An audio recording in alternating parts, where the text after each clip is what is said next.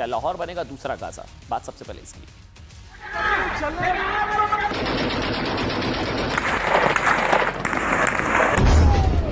फजर का टाइम हो रहा है और फजर के टाइम पूरा मन मार्च के ऊपर स्ट्रेट फायरिंग की जा रही है।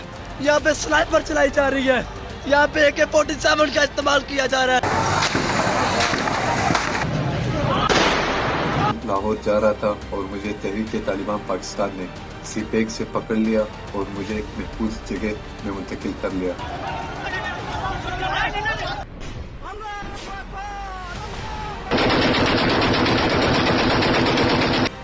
पाकिस्तान हमारा है, हम तुम हमारे भाइयों, जाओ वापस चले जाओ। और उनसे क्या तो हम गोली नहीं चला सकते, हम इनको नहीं मार सकते, जाओ। मैं तुम्हें अल्लाह का वास्ता देता हूँ, वापस।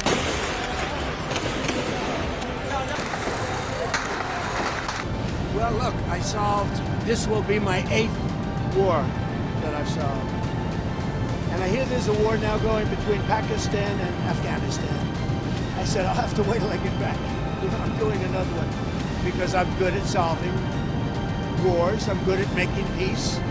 And it's an honor to do it. I saved millions of lives.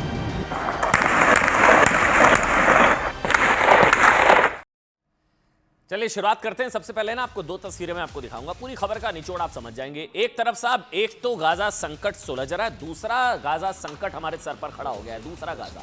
इन दो तस्वीरों की आज पूरी दुनिया में चर्चा हो रही है। पूरी खबर का निचोड़, एक तरफ तो गाजा संकट सुलझता नजर आ रहा है, दूसरी तरफ एक और गाजा बनने की तैयारी। तस्वीरें पाकिस्तान का लाहौर का गाजा वाला हाल कर दिया है, गाजा वाला हाल। तालिबान ने, तहरीक लब्बैक ने, ये दो तस्वीरें पूरी खबर का निचोड़ है साहब। मतलब दोबारा से समझिए, एक और इजराइल में दीपावली मनाई जा रही है क्योंकि गाजा पीस प्लान के तहत आतंकवादी संगठन हमास ने 20 बंधकों को रिहा कर दिया। तो इजराइल में दीपावली, गाजा संकट सुलझता नजर आ रहा है। 2 साल से ज्यादा बंधक बनाया हुआ था। 2 साल के विनाशकारी युद्ध को खत्म करने की दिशा में एक बहुत महत्वपूर्ण कदम। दूसरी ओर यह तस्वीर, पाकिस्तान की हालत गाजा से भी बदतर। ये वैसे ये जो तस्वीरें भी आप देख रहे हैं, मतलब गाजा से भी बदतर हालात। लब्बैक से लेकर तालिबान तक पाकिस्तान को निपटाने के मूड में आ चुके हैं। सबसे पहले ऐसा क्यों कहा जा रहा है ना, ये मैं आपको पाकिस्तान से आई कुछ तस्वीरों को दिखाऊंगा, आप खुद तय करिएगा। ये पाकिस्तान से आई ये तस्वीरें, अब आपको लगेगा ये तो ऑपरेशन सिंदूर के बाद की तस्वीरें हैं। नहीं साहब, ये भारत के ऑपरेशन सिंदूर के बाद की तस्वीरें नहीं है। ये पाकिस्तान का, आपको लग रहा होगा कोई भोलारी एयरबेस हमने जो उड़ा दिया था, रावलपिंडी एयरबेस हमने जो उड़ा दिया था, ये मुरीदके के जिहादी मदरसे की भी तस्वीर नहीं है साहब जो हमने उड़ाए थे। ये पाकिस्तान में जलती गाड़ियां, धुआं सड़कों का ये हाल इंडियन आर्मी ने नहीं किया है, हमने तो किया था पहले। पाकिस्तान का ये हाल उसके ही पालतू कट्टरपंथी आतंकी संगठन कर रहे हैं, आपस में लड़ मर रहे हैं साथ ही। TTP, ध्यान से समझिएगा, तहरीके तालिबान पाकिस्तान और तहरीके लब्बैक ने यह हाल, 300 लोग मर गए हैं, 300 कोहराम मचा है पाकिस्तान की सड़कों पर। गाजा वाला हाल पाकिस्तान की सड़कों पर साहब खूनी संघर्ष की वजह से 300 लोग मर चुके हैं। कुल मिलाकर कहें तो ये अफगानिस्तान पाकिस्तान को अलग करने वाली जो डुरंड लाइन से लेकर लाहौर तक पाकिस्तान धुआं, पाकिस्तान का बुरा हाल। अफगानिस्तान पाकिस्तान को निपटाने के मूड में है। तालिबान, तहरीक लब्बैक, बलूचिस्तान, खैबर, सिंध, पाकिस्तान पर चौतरफा वार, चौतरफा, या आप कह सकते हैं चारों तरफ से कैसे गिर गया पाकिस्तान। एक बार मैं आपको वो समझाता हूं, आप समझ जाएंगे। एक और डुरंड लाइन पर अफगानी फोर्सेस, ये 4 अलग अलग तस्वीरें हैं। अफगानी फोर्स यानी कि तालिबानी लड़ाके पाकिस्तान की धुलाई कर रहे हैं, ये वो तस्वीर इस तरफ। अफगानी लड़ाकों ने बॉर्डर पर पाकिस्तान आर्मी की दर्जनों चौकियों पर कब्जा कर लिया, 58 पाकिस्तानी सैनिकों को मार गिराया, सैकड़ों पाकिस्तानी सैनिकों को बंधक बनाने का दावा यह किया जा रहा है। दूसरी तरफ पाकिस्तान के भीतर आतंकवादी, ये जो तस्वीर है, ये वाली, ये सारी तस्वीरें आई हैं। पाकिस्तान के अंदर कट्टरपंथी आतंकी संगठन, पाकिस्तान का पालतू आतंकी संगठन TTP, तहरीके तालिबान पाकिस्तान, वो मुनीर फोर्स को ढूंढ कर मार रहे हैं ये लोग, क्योंकि अब ये मुनीर पर आरोप लग रहा है कि उसने ट्रंप के साथ कोई डील कर ली है और गाजा और जो है हमास के खिलाफ वो ट्रंप के साथ मिल गया, इजराइल के साथ हो गया है कटोरा कूटनीति वाला देश। चंद डॉलर के चक्कर में मुनीर ने अपना ईमान बेच दिया। तो ये कट्टरपंथी आतंकी संगठन मुनीर, शहबाज शरीफ के खिलाफ सड़कों पर आ गए। 2, तालिबान, टीटीपी। पाकिस्तान के खिलाफ जो तीसरा मोर्चा है वो ऊपर आप पढ़िए, ये लिखा है TLP, तहरीक लब्बैक। ये तहरीक लब्बैक जो है ये पाकिस्तान का पालतू कट्टरपंथी संगठन, आतंकी संगठन। TLP के लाखों समर्थकों ने लाहौर की सूरत बदल दी है। देखिए आप तस्वीरें, लाहौर का गाजा वाला हाल बना दिया साहब इन लोगों ने। चौथी तस्वीर नीचे, बलोच आर्मी, ये जफर एक्सप्रेस अभी ये पाकिस्तान का 44% इलाका, 44% बलूचिस्तान में बलोच आर्मी मुनीर की आतंकी सेना को दौड़ा दौड़ा कर मार रही है। 4 अलग अलग तस्वीरें, तालिबान, तहरीके तालिबान पाकिस्तान, तहरीके लब्बैक और उधर BLA, बलूच लिबरेशन आर्मी। ये 4 अलग अलग तस्वीरें। इसके अलावा खैबर में अलग से पिटाई हो रही है, सिंध प्रांत में अलग से पिटाई हो रही है। लेकिन इस वक्त सबसे खराब हालात, सबसे खराब स्थिति, ये वो तस्वीरें हैं लाहौर की हैं, लाहौर की। लाहौर में ऐसा लग रहा है साहब शायद ही कोई सड़क या गली बची हो जहां से आग की लपटें, धुआं, हिंसा, आगजनी, तोड़फोड़, टकराव, हिंसा, 300 लोग मर गए हैं, सड़क पर कोहराम मचा हुआ है, जैसे मिसाइलें गिर रही हैं। TLP, तहरीके लब्बैक का दावा है कि अब तक उसके 300 समर्थकों को पाकिस्तानी आर्मी ने गोली मारकर उसकी हत्या कर दी। TLP कह रहे हमने भी पाकिस्तानी सैनिकों को मार दिया, मुनीर की आतंकी सेना को हमने। एक बार दिखाइए मुझे, हटाइए तस्वीरें, दिखाइए तस्वीरें दिखाइए।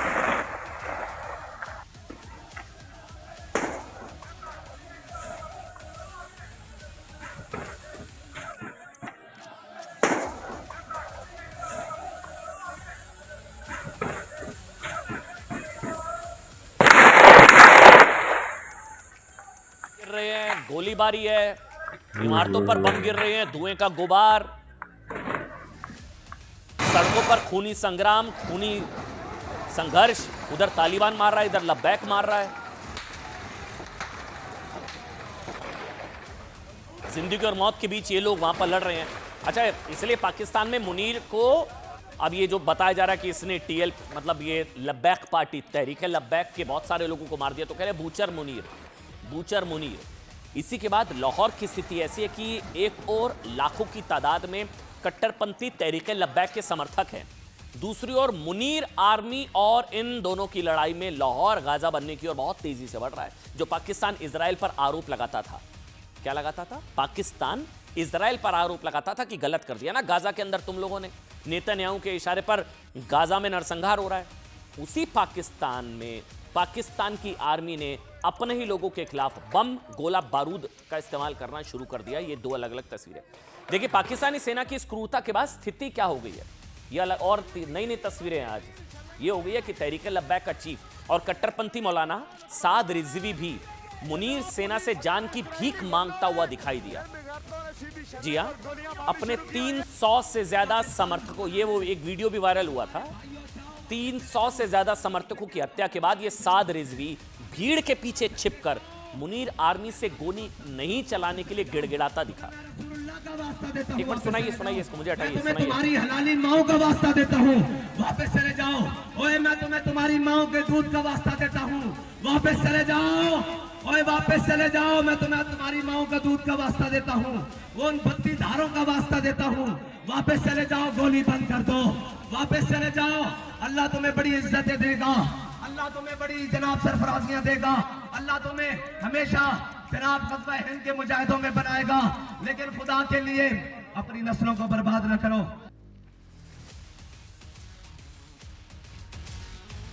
हमारा है, हम तुम हमारे भाइयों, जाओ वापस चले जाओ और उनसे कह दो हम गोली नहीं चला सकते, हम इनको नहीं मार सकते, जाओ। मैं तुम्हें अल्लाह का वास्ता देता हूँ, वापस चले जाओ। तुम्हें मैं रसूलुल्लाह का वास्ता देता हूँ, वापस चले जाओ। मैं तुम्हें तुम्हारी हलाली माओ का वास्ता देता हूँ, वापस चले जाओ। ओए मैं तुम्हें तुम्हारी माओ के दूध का वास्ता देता हूँ, वापस चले जाओ। ओए वापस चले जाओ, मैं तुम्हें तुम्हारी माओ का दूध का वास्ता देता हूँ, वो उन भक्ति धारों का वास्ता देता हूँ, वापस चले जाओ, गोली बंद कर दो, वापस चले जाओ।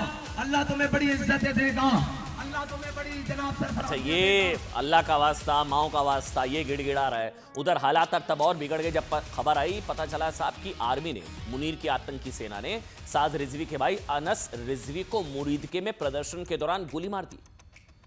उसके बाद तो कोहराम मच गया सड़कों पर। इसके बाद टीएलपी समर्थकों ने लाहौर में तांडव मचा दिया। इसी के बाद जब मुनीर आर्मी ने लब्बैक समर्थकों की किलिंग शुरू की तो साद रिजवी, जो तस्वीर हम आपको दिखा रहे थे वीडियो, गिड़गिड़ाने लगा और वो फिर अल्लाह का वास्ता, इसका वास्ता, उसका वास्ता। लेकिन ये आतंकी आपस में लड़ मर रहे हैं, हमारे लिए अच्छी चीज ये है साहब। ये लड़े मरे, नुकसान जिस देश का हो रहा है वो हमारे लिए अच्छा है। लेकिन इसी बीच आपको ये भी बता दें कि अभी भी ये स्थिति जो है लगातार बद से बदतर है।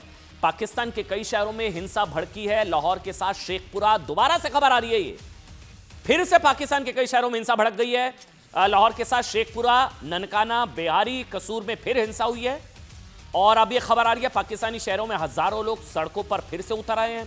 पाकिस्तान के कई शहरों में इंटरनेट बंद कर दिया गया है। ये अभी मुझे खबर मिल रही है, इंटरनेट सेवा बंद कर दी गई है। टीएलपी के समर्थकों ने 40 सरकारी गाड़ियों को फूंक डाला है। 40 सरकारी गाड़ियों को फूंक डाला है। इंटरनेट सेवा बंद कर दी गई है। और फिर से पाकिस्तान के कई शहर जो बताए जा रहे हैं, लाहौर के साथ साथ शेखपुरा, ननकाना और बिहारी कसूर में फिर से पाकिस्तानी हिंसा की तस्वीरें लगातार वहां से देखने को मिल रही है। वैसे तहरीके लब्बैक पाकिस्तान के उस रुख से नाराज है। अच्छा, मैं इसका बैकग्राउंड आपको बता देता हूं, ये हो क्यों रहा है। तहरीके लब्बैक क्यों नाराज है पाकिस्तान से? अमेरिका के राष्ट्रपति डोनाल्ड ट्रंप के गाजा पीस प्लान को पाकिस्तान ने मान लिया। इसी के विरोध में यह लब्बैक का कहना है, तहरीके लब्बैक का, कि पाकिस्तान ने फिलिस्तीन के हितों से समझौता कर लिया। हम तो गाजा का नहीं छोड़ेंगे, फिलिस्तीन हमारा है। पाकिस्तानी मुनीर और शहबाज ये तो इजराइल के साथ जाके खड़े हो गए ट्रंप के चक्कर में। अब पाकिस्तान की स्थिति इस वक्त ये है कि लाहौर में गृहयुद्ध छिड़ा हुआ है। बलूचिस्तान, खैबर पख्तूनख्वा और अफगानिस्तान बॉर्डर पर डायरेक्ट युद्ध चल रहा है। पीओके में पाकिस्तान की आजादी की मांग को लेकर अलग आग लगी पड़ी है। पीओके, बलूचिस्तान, खैबर, सिंध, लाहौर, हिंसक झड़पों में कश्मीरी और फौज दोनों मर रहे हैं। उधर बलूचिस्तान में बलोच आर्मी ने पाक आर्मी पर कहर ढा रखा है। खैबर का मैंने जिक्र किया, पाकिस्तानी फौजियों को चुन चुन कर मार रहा है वहां पर टीटीपी। अफगान बॉर्डर पर तालिबान फोर्स पाकिस्तान चौकियों पर कब्जा करके पाक फौजियों की परेड करा रहे हैं। अच्छा, एक वीडियो आपको दिखाते हैं क्या हुआ पाकिस्तान के पंजाब प्रांत में। टीटीपी के समर्थकों ने कैसा तांडव मचा रखा है, ये तस्वीर आप देखिए। ये तस्वीर जो है, टीटीपी समर्थकों ने एक तरह से पाकिस्तान के पंजाब में सिस्टम को हाईजैक कर लिया। टीटीपी के समर्थकों ने कई पुलिस वालों को बंधक बना रखा है। कई पुलिस वालों को बंधक बना लिया वहां पर। ये देखिए, पुलिस वालों को दौड़ाया जा रहा है, खींच कर लेकर जाया जा रहा है। पुलिस वालों को बंधक बना लिया गया है। एक पुलिस वाले की तस्वीर वायरल हो रही है जिसमें उसे टीटीपी समर्थक, ये देखिए आप, बंधक बना लिया है। देखिए आप, दो आए, एक वो सफेद शर्ट वाला और दूसरा वो ऊंचे पाजामे वाला, और पकड़ लिया और उसको ले गया वो। एक और तस्वीर पाकिस्तान के पंजाब प्रांत की, जो सीएम नवाज शरीफ की बेटी और शहबाज शरीफ की भतीजी मरियम नवाज हैं। पाक की पंजाब प्रांत सरकार के एक्स हैंडल से एक वीडियो शेयर किया गया। ये वो तस्वीर है जिसमें सूबे के अलग अलग शहरों में हिंसा की तस्वीरें दिखाई गई हैं मरियम नवाज की तरफ से। इस वीडियो को शेयर करते हुए पाकिस्तान की पंजाब प्रांत सरकार ने क्या लिखा कि राज्य पर हमले, पुलिस पर गोलीबारी, हिंसा और संपत्ति को नुकसान पहुंचाना और लूटपाट करना विरोध प्रदर्शन नहीं है, ये खुला विद्रोह है। टीएलपी के तहरीक लब्बैक के सशस्त्र समूह कानून से ऊपर नहीं है। जब राज्य अपनी मनमानी करता है तो ये नकाबपोश अपराधी पीड़ित होने का नाटक करते हैं, लेकिन राज्य कमजोर नहीं है, ये उसकी तरफ से कहा गया मरियम नवाज की तरफ से। वैसे आपको बता दें, पाकिस्तान में मुनीर की फौज सिविलियंस को कैसे बेरहमी से मार रही है ना, इसकी बिना लाइव रिकॉर्डिंग खुद टीएलपी के एक समर्थक ने की। ये कह रहा है कि AK-47 से गोलियां चलाई जा रही हैं। ये अलग अलग तस्वीरें। पाक आर्मी ने इतना मारा कि लाशें उठाने के लिए हाथ कम पड़ गए, जगह कम पड़ गई, कब्र कम पड़ रही है। इसके बावजूद लब्बैक समर्थक मुनीर आर्मी के खिलाफ लोगों से सड़क पर उतरने की अपील कर रहे थे। सुनाइए। और फजर के टाइम पूरबन मार्च के ऊपर स्ट्रेट फायरिंग की जा रही है। यहाँ पे स्नाइपर चलाई जा रही है। यहाँ पे AK-47 का इस्तेमाल किया जा रहा है। यहाँ पे पूरबन नत्ते शहरियों के ऊपर रियासत जो माँ होती है वो अपने बच्चों के ऊपर ये देख के कहते भ्रष्ट मार रही है। हमारे पास इतने शहीद हो चुके हैं कि हमारे पास उठाने के लिए जगह नहीं है। रात के इस अंधेरे में हमारा वो कत्लेआम कर रहे हैं। पाकिस्तानी कौम, तुम कब निकलोगे? क्या तुम्हारा ईमान सिर्फ इतना है कि तुम नेतन्याहू का कलमा पढ़ती हो? और लाहौर बनेगा गाजा, पाकिस्तान कटेगा आधा। उधर पाकिस्तान के गाजा बनने की स्टोरी पर हम आगे भी नजर आप रखे हुए हैं, आपको अपडेट देंगे। लेकिन असली गाजा संकट क्या सुलझ गया है? एक बहुत बड़ी तस्वीर, ये वो तस्वीर, आप इसे हमास का सरेंडर कहिए, इजराइल की दिवाली कहिए, भारत से करीब। अच्छा देखिए जश्न की तस्वीर है साहब यहाँ पर। यह गाजा संकट ऐसा कहा जा रहा है जैसे सुलझ गया। भारत से करीब 2500 किलोमीटर दूर इजराइल एक हफ्ते पहले दिवाली मना रहा है। इजराइल में दिवाली जैसा माहौल है साहब, जश्न। ये तस्वीरें जेरूशलम की है जहां लोग जश्न मना रहे हैं। एक बार दिखाइए तस्वीर, देखिए साहब।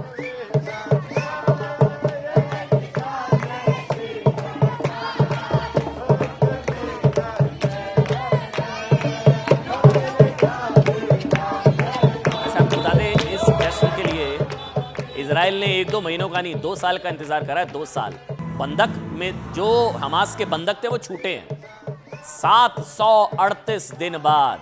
738 दिन बाद ये देखिए 7 बंधकों की रिहाई हुई है। सबके चेहरे आपकी टीवी स्क्रीन पर है। 738 दिन के बाद इजराइल में जश्न की वजह यह है कि बंधकों की नरक से रिहाई।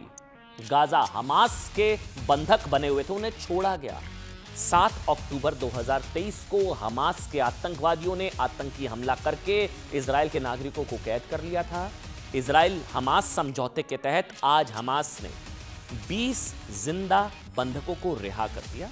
ये वो तस्वीरें हैं उनकी, एक आप कह सकते हैं नया जीवन मिला है साहब। बंधकों को हमास ने पहले रेड क्रॉस के हवाले किया, इसके बाद रेड क्रॉस ने सभी बंधकों को इजराइल को सौंप दिया। जिंदा बंधकों के साथ ही हमास ने उन 26 लोगों के शवों को भी इजराइल को वापस कर दिया जिन्हें हमास ने बंधक बना लिया था। शवों को भी वापस सौंपा गया। वैसे बंधकों की रिहाई की तारीख तय थी और यही वजह है कि उनको देखने के लिए यरूशलेम की सड़कों पर जनसैलाब, दिवाली जश्न का माहौल। रात भर सड़कों पर जश्न मना, लोग झूमते नाचते गाते नजर आए। जैसे ही बंधक अपने देश की जमीन पर पहुंचे, लोगों का उत्साह बढ़ गया, लोग नाचने गाने लगे। देखिए बंधकों की रिहाई के बाद इजराइल से कई भावुक कर देने वाली तस्वीरें आई। ये 2 अलग अलग तस्वीरें हैं। 2 साल के लंबे इंतजार के बाद आतंकियों की कैद से रिहा अपने बेटे से मिलकर कहीं मां फूट फूट कर रोने लगी, बेटे से मिलकर रो पड़ी मां, तो कहीं बेटे को गले लगाकर पूरा परिवार अपनी आंखों के आंसुओं को रोक नहीं पाया। 738 दिन उस नर्क में रहकर ये लोग जिंदा वापस लौटे हैं, जिसे गाजा पीस डील का नाम दिया जा रहा है, जिस वजह से कहा जा रहा है कि संभवतः गाजा संकट सुलझ गया। 2 साल पहले, ये हाँ अक्टूबर का महीना है, अभी इसी 7 तारीख को, इसी महीने की 7 तारीख को हमास के क्रूर वहशी आतंकवादियों ने इजराइल में अलग अलग इलाकों में एक साथ अटैक किया था।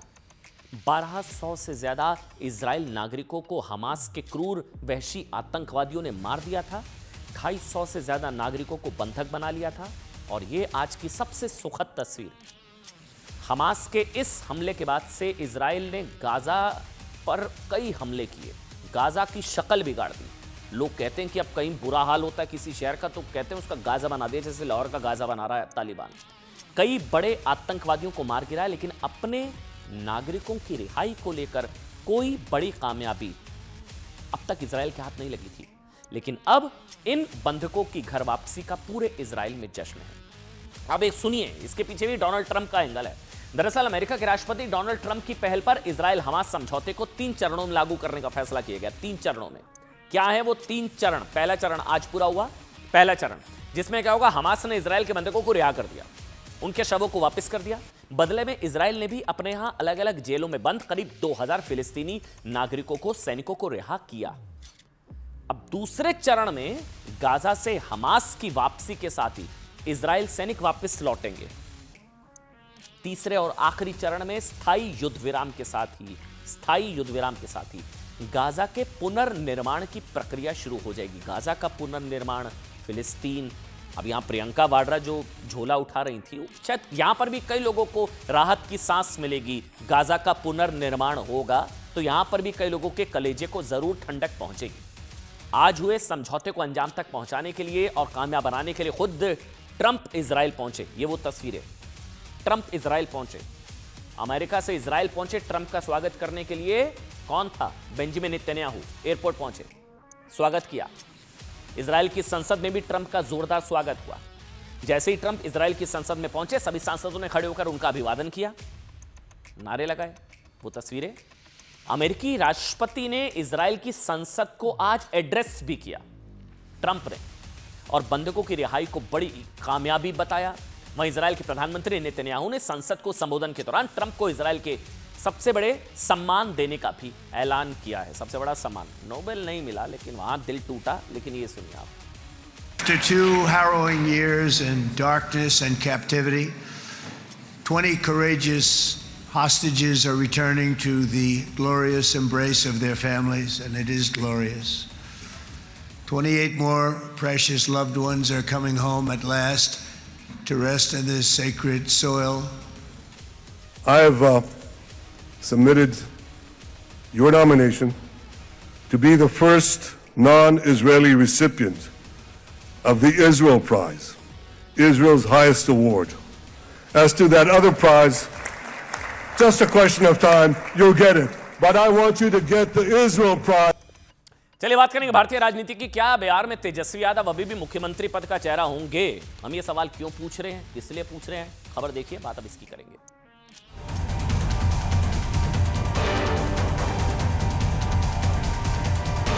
तो पहले कई दिनों से कह रहे थे कि अब चुनाव आया है तो इस तरह की चीजें होंगी।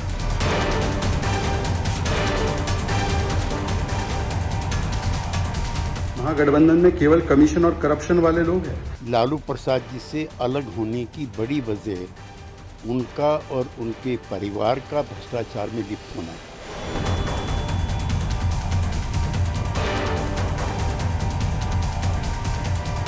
चले हैं तेजस्वी बाबू बिहार बदलने और 420 का आरोप तय कराकर अपने खिलाफ।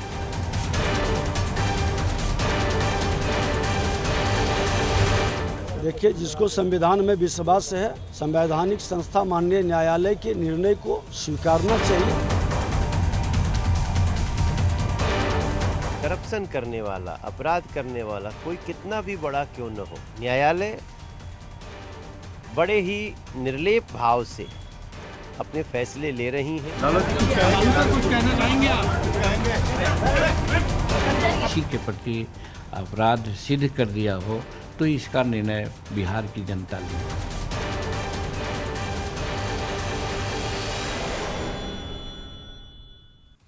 दफा 420 फ्रॉड साजिश, कोर्ट ने क्या कुछ कहा? लालू एंड फैमिली का ये सो कॉल्ड स्कैम को लेकर कैसे अब उन पर एक और केस चलेगा। लेकिन अब ये सब कुछ बताने से पहले सवाल बिहार की सियासत में उठ रहा है, क्या तेजस्वी अब भी सीएम पद का चेहरा होंगे? या उससे बड़ा सवाल, कांग्रेस क्या उनको चेहरा मानेगी? करप्शन के आरोपी एक और केस, आईआरसीटीसी स्कैम के कानूनी फंदे में फंसने और गिरे होने के बाद क्या कांग्रेस उन्हें गठबंधन के चेहरे के तौर पर स्वीकार करेगी कि तेजस्वी सीएम फेस? अभी चुनाव बिहार में, यहां कोर्ट में आरोप तय, किन किन धाराओं में केस चलेगा, वो भी तब जब सीटों के मोल भाव के लिए अब तक कांग्रेस तेजस्वी को सीएम फेस घोषित करने से बच रही थी कि नहीं? अभी नहीं। लेकिन आज आईआरसीटीसी के कथित स्कैम में तेजस्वी यादव समेत लालू फैमिली पर आरोप तय होने के बाद कि इन धाराओं के तहत अब केस चलेगा। अब यह सवाल पूछा जा रहा है कि क्या कांग्रेस करप्शन के आरोपी, दफा 420 फ्रॉड 120B के आरोपी को सीएम कैंडिडेट प्रोजेक्ट करेगी चुनाव में? क्योंकि आज राउज एवेन्यू कोर्ट ने प्रथम दृष्टया, पढ़ लीजिए, जांच एजेंसी के आरोपों को स्वीकार कर लिया प्राइमा फेसी कि हां, लालू की जानकारी में घोटाले की पूरी साजिश रची गई। और बिहार में चुनाव है, अभी ये लोग कह रहे हैं कि करप्शन फ्री, भ्रष्टाचार मुक्त और ये सब वो सब। यहां कोर्ट, अब ये कोई आरोप बीजेपी का नहीं है, prima facie Rouse Avenue court ने ये माना कि लालू की जानकारी में घोटाले की साजिश रची गई। इस घोटाले में लालू परिवार का पूरा कुनबा घिर चुका है। जिन धाराओं के तहत लालू एंड फैमिली पर अब मुकदमा चलेगा, 420 दफा 420, 120B prevention of corruption act के तहत भी धाराओं पे उन पर मुकदमा चलेगा।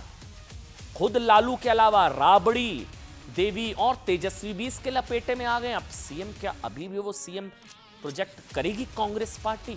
क्या फिर भी तेजस्वी सीएम चेहरा होंगे या वो गया उनके हाथ से?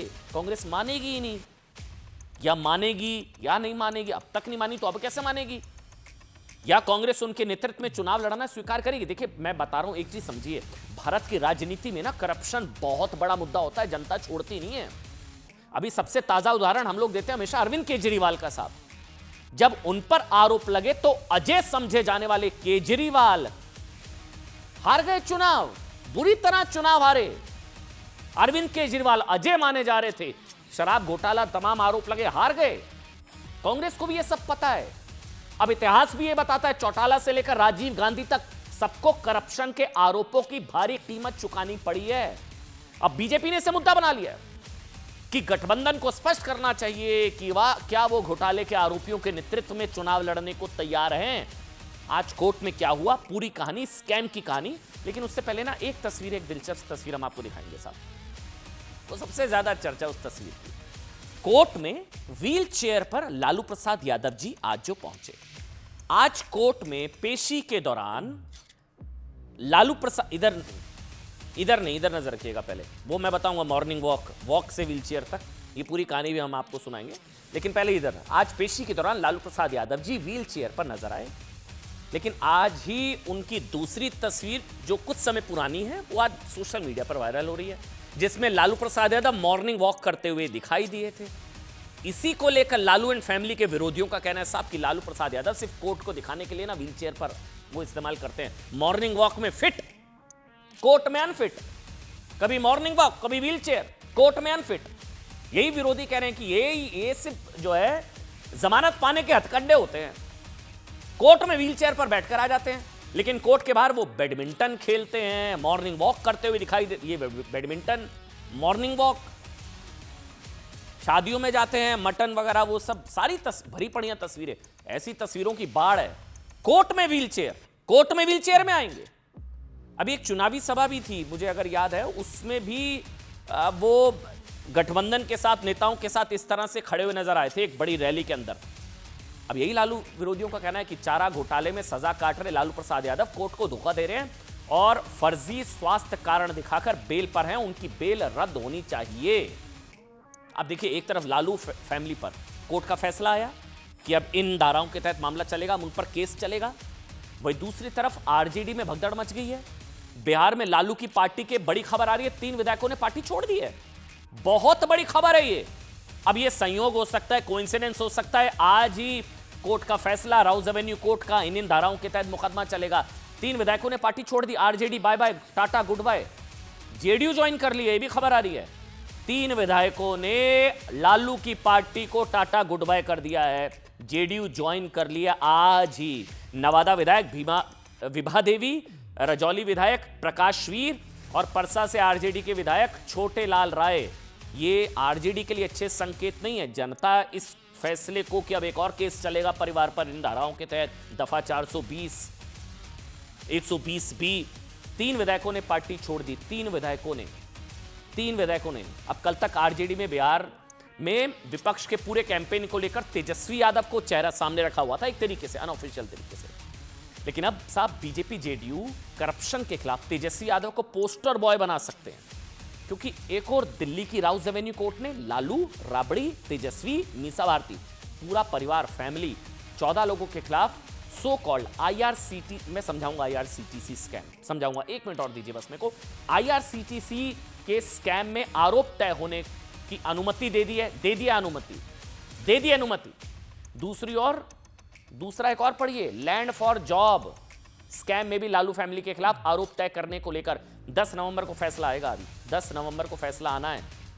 अब आप सोच कर देखिए, हर घर सरकारी नौकरी देने का दावा करने वाली लालू फैमिली पर रेलवे में नौकरी के बदले जमीन हथियाने का आरोप है।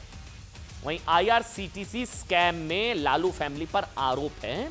अब सुनिए, आईआरसीटीसी के होटल्स के मेंटेनेंस का ठेका देने के बदले जमीनें ली गई आईआरसीटीसी में। इसको और सिंप्लीफाइड तरीके से समझाता हूं।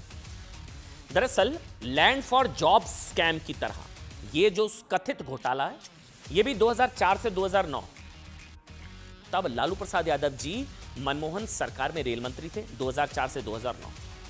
उस दौरान भारतीय रेलवे की सहायक कंपनी आईआरसीटीसी के 2 hotels BNR Ranchi, BNR Puri के मेंटेनेंस का टेंडर निकाला गया।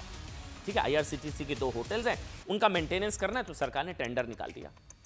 अब आरोप सुनिए, लालू प्रसाद यादव के निर्देश पर आरोपों के हिसाब से दोनों होटल्स के ठेके पटना से जुड़ी एक प्राइवेट कंपनी सुजाता होटल्स को दे दिए गए। बीएनआर रांची, बीएनआर पुरी और प्राइवेट फर्म सुजाता होटल्स को ठेका दे दिया गया। चलिए ठीक है, यहां तक कोई दिक्कत नहीं है। पेच क्या है, आरोप यह है इसके बदले लालू प्रसाद यादव से जुड़ी एक कंपनी को 3 एकड़ कीमती जमीन मिली। 3 एकड़ जमीन मिल गई, यानी लैंड फॉर जॉब स्कैम के पैटर्न पर लैंड फॉर होटल स्कैम। अब आरोपों के मुताबिक आईआरसीटीसी घोटाले में हत्याई गई जमीन में लालू, राबड़ी, मीसा और तेजस्वी डायरेक्ट बेनिफिशियरी हैं। सरकारी ठेका दिया, बदले में जमीन ले ली क्या? अब इस केस में सीबीआई ने मोदी सरकार आने के बाद 2017 में केस दर्ज किया, बाद में ईडी की एंट्री, ईडी ने मनी लॉन्ड्रिंग के तहत भी केस दर्ज कर लिया। इस कथित स्कैम में लालू फैमिली समेत भ्रष्टाचार के 14 आरोपियों के खिलाफ आज कोर्ट ने आरोप तय कर दिया। अभी बिहार में चुनाव है, कोर्ट ने क्या कहा सुनिए, ये सुनिएगा एक एक शब्द। आईआरसीटीसी स्कैम की चार्जशीट और सबूतों से प्रथम दृष्टया प्राइमा फेसी करप्शन, कॉन्स्पिरेसी और फ्रॉड के आरोप साबित होते हैं। ये मेरे शब्द नहीं है साहब, कोर्ट ने कहा है। प्राइमा फेसी करप्शन, साजिश और धोखाधड़ी। अब पढ़िए, करप्शन, कॉन्स्पिरेसी, फ्रॉड। कोर्ट ने भी कहा कि लालू फैमिली को टेंडर आवंटन की पूरी जानकारी थी, सब पता था उनको, उन्होंने ये साजिश रची। कोर्ट ने कहा कि बतौर रेल मंत्री लालू प्रसाद यादव ने टेंडर प्रक्रिया में दखल दिया, बदलाव कराए। जवाब दीजिए ना तेजस्वी यादव जी, बिहार की जनता पूछेगी। अब आप वोट मांगने आ रहे बिहार के लोगों से, बिहार के लोग कहेंगे क्या किया था ये, फिर क्या किया था? कोर्ट ने कहा कि लालू ने लैंड फॉर होटल स्कैम में कम दाम में जमीन लेने की साजिश रची ताकि ये संपत्तियां तेजस्वी बेनिफिशियरी, तेजस्वी और राबड़ी के नियंत्रण में आ जाए। ये सब आरोप है, हालांकि मैं क्लियर कर दूं, सब आरोप है साहब, वो कोर्ट की दहलीज में तय होगा। कोर्ट ने लालू परिवार को जमीन के रूप में लाभ को भी इस मामले में भ्रष्टाचार का प्रमाण मांगा कि लाभ मिला, डायरेक्ट बेनिफिशियरी हैं आप। साथ ही कोर्ट ने कहा साहब कि उसका फैसला बड़े पदों पर बैठे लोगों को सत्ता को दुरुपयोग करने से रोकने के साथ ही न्यायिक प्रक्रिया को मजबूत करने के लिए है। सुनिए, चुनाव आया है तो इस तरह की चीज़ें होंगी, लेकिन फिर भी न्यायालय का हम लोग सम्मान करते हुए हम बस इतना ही कहना चाहते हैं कि हम लोग हमेशा से लड़ते आए हैं और आगे भी लड़ेंगे, और तूफानों से लड़ने में मज़ा ही कुछ और है। हम सब लोग, पूरी बात खत्म हो जाने दो, और हम हमेशा अपने पथ को चुना है, संघर्ष के पथ को चुना है। हम अच्छे मुसाफिर भी बनेंगे और मंजिल पर भी पहुंचेंगे। लालू प्रसाद के पूरे अगर हम शासन को 3 वाक्यों में कहें, चारा खाना, अलकतरा पीना बिटुमिन, और सरकारी संपत्ति की बांटने में टेंडर में हेरा फेरी करना और जमीन प्राप्त करना, और चौथा, 3 नहीं 4, चौथा जमीन दो नौकरी लो। ये 4 मॉडल है। 420, 120B और कई धाराओं के तहत केस चलेगा लालू एंड परिवार पर। उधर ममता बनर्जी ने कैसे हद कर दिया, वो कहां से कौन सा मुद्दा बन गया? रेप कांड को लेकर दीदी ने हद कर दी, क्या बयान दिया? अब बात इसकी।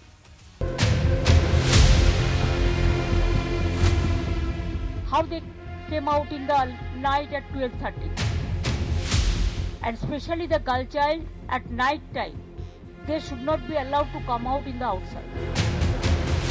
यहाँ पे ममता बनर्जी का राज चल रहा है, तालिबान का राज, पाकिस्तान का जैसा सरकार का राज चल रहा है। तो आप घर में बंद रहे, हाँ? और एक महिला मुख्यमंत्री की पुलिस अत्याचार करे।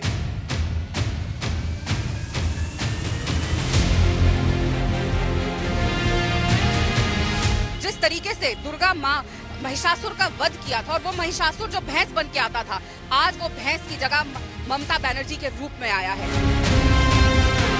महिला मुख्यमंत्री है और महिला मुख्यमंत्री रहने के बाद इस तरह की घटनाएं लगातार घटना, ये बहुत ही दुखद है। ममता बनर्जी की सरकार एक महिला विरोधी सरकार है, वो वोट बैंक का संरक्षण करती है। ममता बनर्जी विक्टिम को ही ब्लेम कर रही है, सर्वाइवर को ही शेम कर रही है, और ये पहली बार नहीं है। This kind of Talibani mentality is shameful. Change in mindset and change because the rapists, the culprits, the goons, they are not afraid of police. They are not afraid of doing all these things because they are not punished here. She is the administrative chief of the state.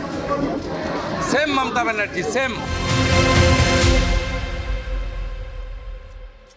बच्ची का gangrape हो गया, सूबे की CM कह रही है इतनी रात को निकलने की जरूरत क्या थी, नहीं निकलना चाहिए बच्चियों को इतनी देर रात। आप सूबे की सीएम हैं, मतलब आप सोच कर देखिए साहब, जिस मानसिकता के तहत बेटियों को पढ़ने से रोका जाता ना कि इतनी भाई आप घरों में रहें, बेटियों को क्या ज़रूरत है, यही मानसिकता होती है ना। जिस मानसिकता के तहत बेटियों को घरों से बाहर निकलने पर पाबंदी लगा दी जाती है, जिस मानसिकता के तहत छेड़छाड़, रेप, गैंगरेप जैसे अपराधों में भी बेटियों का ही दोष निकाला जाता है कि अकेले निकलने की क्या जरूरत थी, देर रात निकलने की। वैसे तो 8 से 9 बजे का टाइम था, पूरी कहानी आपको बताऊंगा, लेकिन रात को निकलने की क्या जरूरत थी।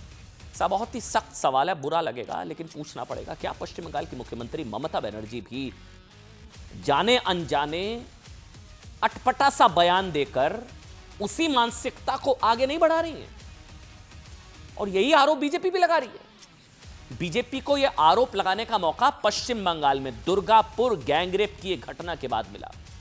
दुर्गापुर में, ध्यान से सुनिएगा, एक मेडिकल स्टूडेंट करीब 8 बजे, दीदी कह रही है देर रात निकलने की, रात के 8 बज रहे थे, 8 बजे हॉस्टल के बाहर कुछ खाने पीने के लिए बच्ची गई। आरोप है बच्ची वापस लौट रही थी तो कुछ दरिंदे, फिरदौस शेख, शेख रियाजुद्दीन, अपू बौरी, शेख नसीरुद्दीन, शेख शफीकुल, ये दरिंदों ने, वहशियों ने गैंगरेप किया एक बच्ची का। लेकिन इस घटना को लेकर साहब ये तो शॉकिंग है, दीदी का बयान और शॉकिंग है। जो उन्होंने कहा ना वो हैरान करने वाला था। रेप कांड शॉकिंग, दीदी का स्टेटमेंट और शॉकिंग। ममता ने आरोपियों पर सख्त से सख्त कार्रवाई करने की बजाय, बेटियों को सुरक्षित माहौल देने की बजाय, पीड़ित को जल्द से जल्द न्याय का भरोसा देने की बजाय, मतलब वो कह रही है देर रात क्या जरूरत, घूमना नहीं चाहिए लेट नाइट्स। इसलिए आरोप लग रहे हैं साहब कि गैंगरेप दरिंदों ने किया, लेकिन ममता ने दोष मढ़ दिया उस बच्ची के सिर जो गैंगरेप का शिकार हुई। आप खुद सोचकर देखिए, ममता बनर्जी के इस बयान के बाद बंगाल में लोग अपनी बच्चियों को पढ़ने के लिए बाहर भेजना अब क्या बंद नहीं कर देंगे कि नहीं अब 8 बज गए 9 बज गए नहीं बाहर नहीं जाना, मतलब बंगाल सेफ नहीं है क्या? दीदी ये मान रही हैं। लोग महिलाओं का नाइट शिफ्ट के लिए निकलना बंद नहीं करा देंगे। आप सुरक्षा दे नहीं पा रही हैं, मतलब अंधेरे की वजह से बेटियों की कोचिंग नहीं छुड़ा दी जाए तो जिम्मेदारी किसकी? दीदी आपकी होगी। अब ये दीदी का बयान इसलिए भी हैरान करने वाला है क्योंकि पश्चिम बंगाल में गृह मंत्रालय की जिम्मेदारी खुद सीएम ममता बनर्जी जी के हाथों में है। खुद सीएम ममता बनर्जी पर ही प्रदेश की कानून व्यवस्था की जिम्मेदारी है।